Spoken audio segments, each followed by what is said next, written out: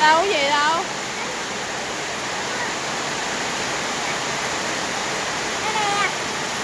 À chui qua đó đó hả? Ôi lạnh á.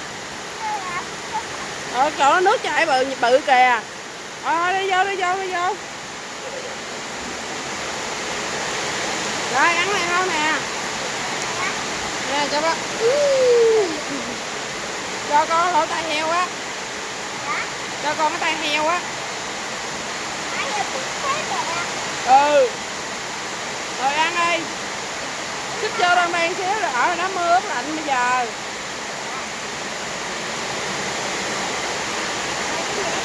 Để vô đó đi.